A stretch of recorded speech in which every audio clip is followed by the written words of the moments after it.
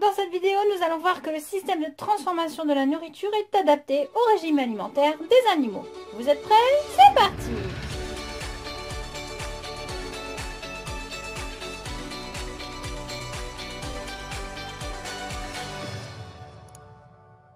Tous les animaux possèdent un appareil digestif.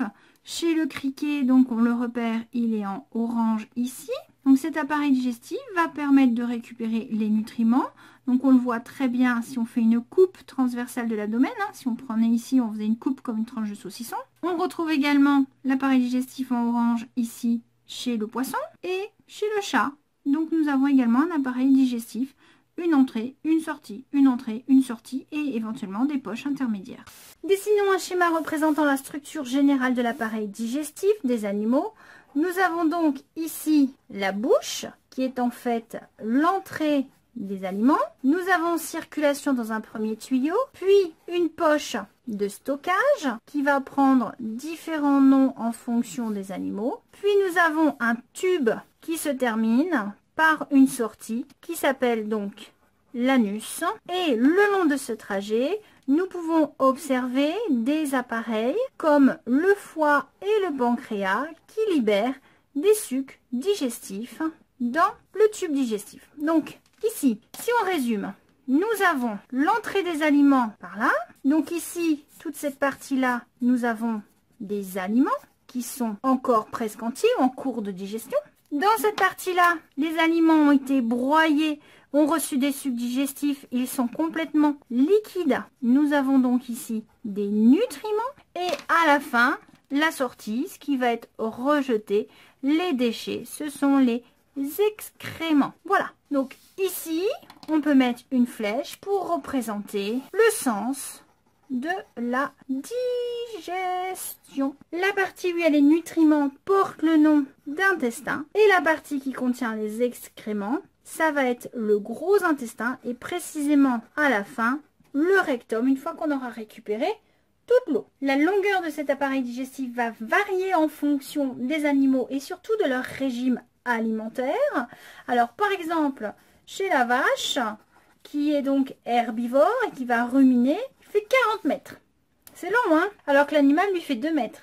Chez le lion, qui est carnivore, l'appareil digestif va faire 8 mètres de long. Chez le chien, qui ne fait que 39 cm, vous avez un intestin de 80 cm. Chez nous, les humains, qui faisons en moyenne 1,70 m de hauteur, nous avons un appareil qui fait 9 mètres de long. En fait, si on regarde bien, quand on est herbivore, on avale de l'herbe, c'est très difficile à digérer. On a un appareil digestif qui est très long. Quand on est carnivore ou omnivore, on a des appareils beaucoup plus courts.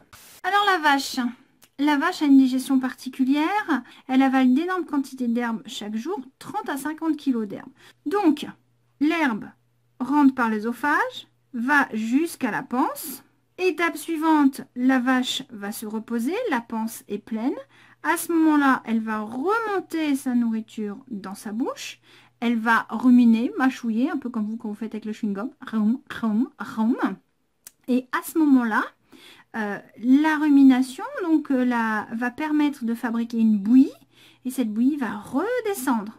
La bouillie issue de la rumination va redescendre dans la panse, mais ne va pas y rester stockée. Elle va passer dans les poches suivantes qui s'appellent le bonnet, le feuillet, la caillette.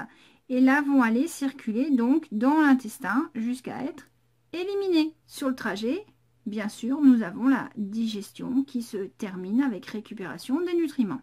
On sait donc que les animaux se nourrissent, ont différentes façons d'avaler la nourriture. Donc par exemple le lapin, vu qu'il a des grandes incisives, on sait qu'il va être herbivore.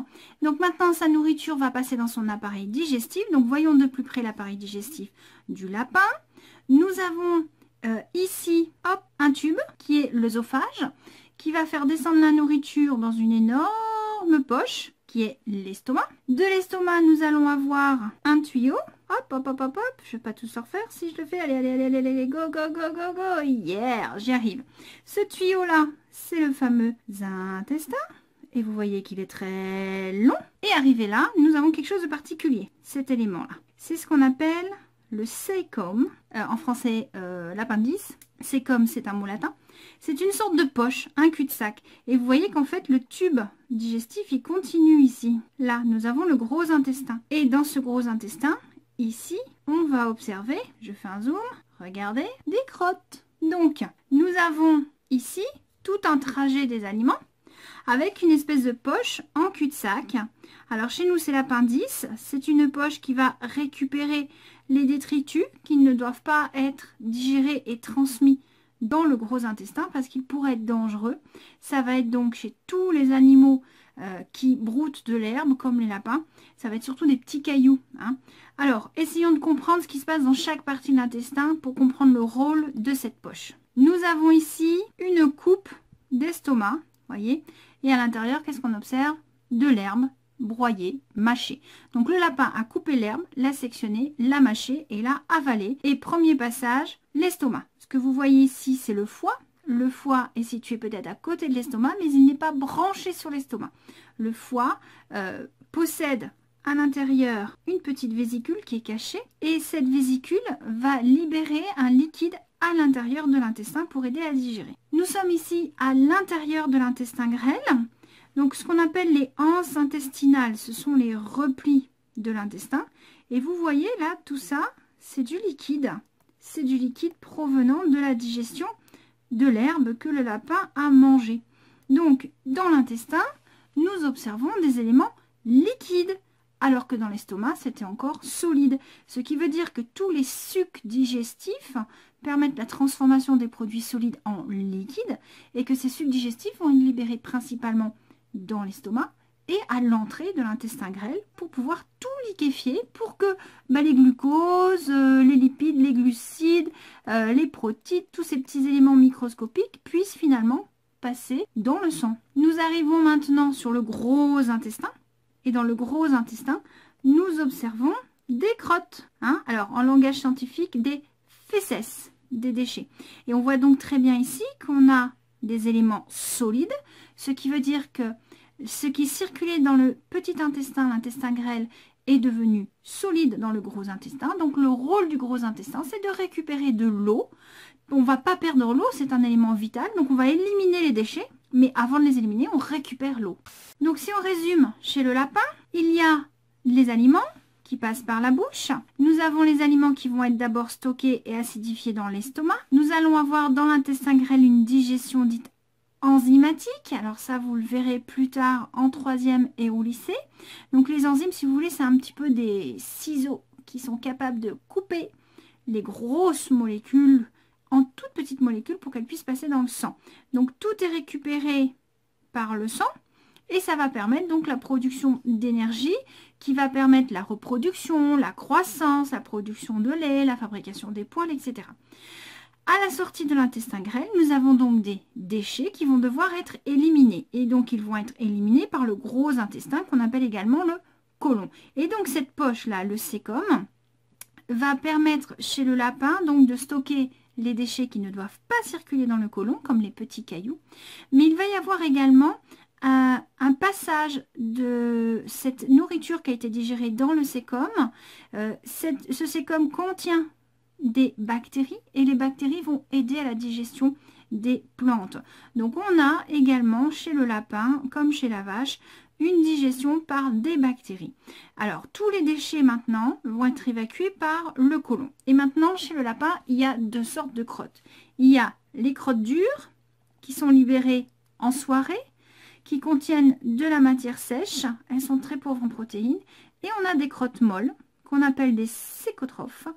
Et ces crottes molles, donc le lapin va les remanger. Ah, vous avez tous entendu que les lapins ils mangent leurs crottes. Oui, mais ils ne mangent pas n'importe quelle crotte. Ils mangent les crottes qui sortent dans la journée, qui sont molles, qui ont en fait déjà subi une première digestion et qui ne sont pas assez digérées. Il y a encore de l'énergie dans la nourriture qui a été digérée et évacuée. Donc le lapin les remange pour leur refaire subir une deuxième digestion. Et comme elles ont été digérées 2 fois, finalement, ces plantes qui ont été mangées, elles font 2 fois le circuit, donc à la fin, on va voir à la fin de la journée des crottes dures qui vont sortir.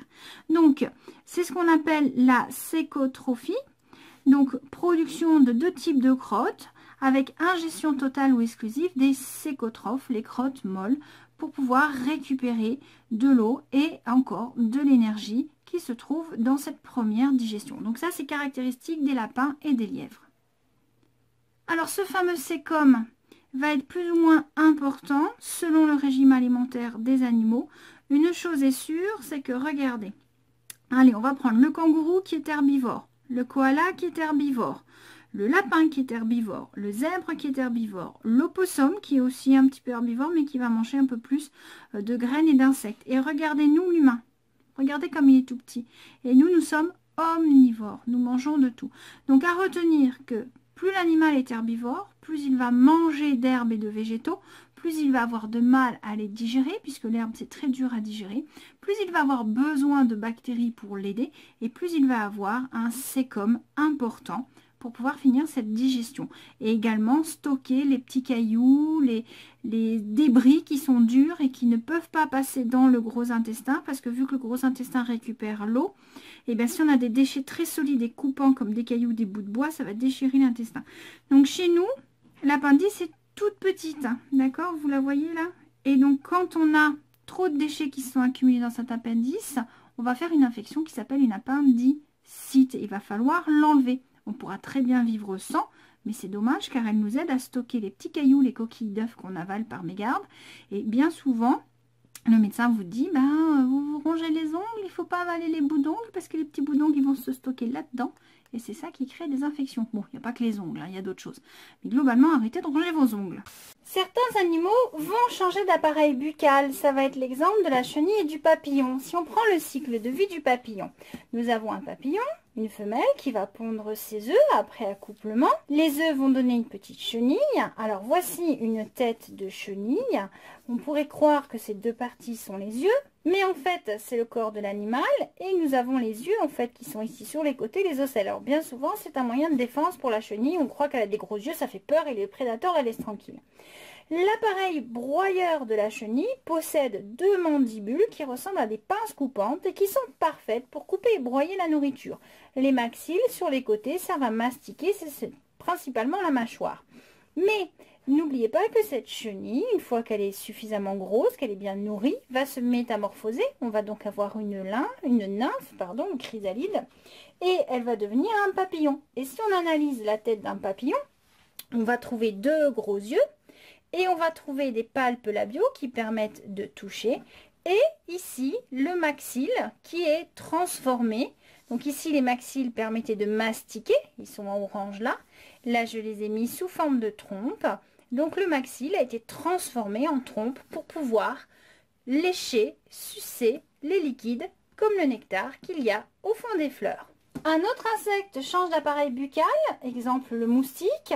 Donc les moustiques démarrent par l'éclosion des œufs qui sont posés sous forme de nacelle, donc ça fait comme un bateau sur face de l'eau. Les œufs éclosent et la larve de moustique va vivre dans l'eau. Elle a un petit siphon respiratoire qui lui permet de respirer en surface. Donc elle va respirer grâce à ses trachées, il y a de l'air qui passe, mais il faut savoir également qu'elle a des branchies ici.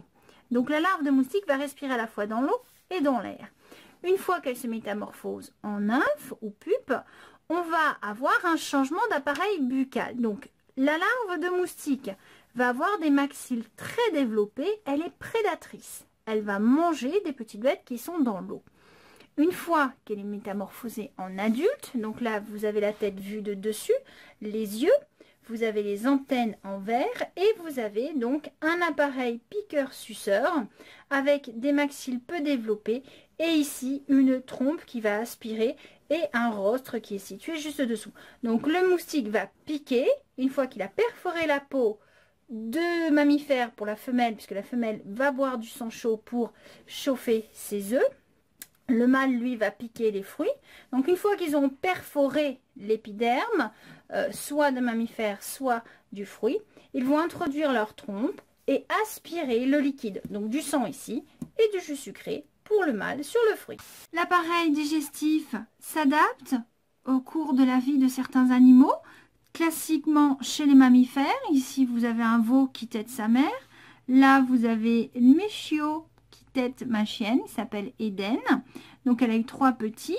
Donc au début, ces animaux possèdent pas de dents, comme vous quand vous êtes bébé, vous n'avez pas de dents, vous allez boire du lait, vous êtes des mammifères comme eux, vous buvez du lait, et à partir du moment où votre dentition apparaît, vous allez avoir un régime alimentaire particulier. Donc au départ, vous avez le même régime alimentaire, vous buvez du lait produit par la mère, et ensuite, là il va y avoir une dentition d'herbivore qui va se développer, là il va y avoir une dentition de carnivore qui va se développer, et chez vous, une dentition d'omnivore, c'est-à-dire aucune des 4 sortes de dents plus ou moins prépondérantes, elles sont toutes quasiment de la même taille. L'appareil digestif permet de nourrir bien sûr celui qui avale les aliments, mais permet également de produire une alimentation pour d'autres animaux. Nous avons le cas ici d'un parent qui va régurgiter ce qu'il a mangé pour son petit, pour le nourrir. Nous allons également avoir le cas de l'abeille qui va se nourrir du nectar qu'elle trouve dans les fleurs. Donc là, vous avez reconnu la forme de l'abeille vue en coupe. Le nectar va rentrer par les palpes labiaux qui permettent à l'abeille de lécher ce nectar. Le nectar va rentrer, va recevoir de la salive de la part des glandes salivaires. Donc le nectar et la salive vont circuler dans l'œsophage, vont être stockés dans une poche qu'on appelle le jabot. Donc là, on a un mélange de nectar et de salive. Finalement, c'est du miel.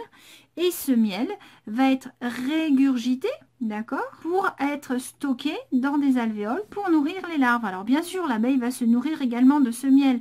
Hein, elle va en garder une partie pour elle. Il y a une partie qui va circuler dans l'intestin pour qu'elle puisse récupérer du sucre. Et ensuite, il va y avoir forcément les déchets. Mais une grosse partie de ce miel va repartir, l'abeille va le régurgiter pour le stocker.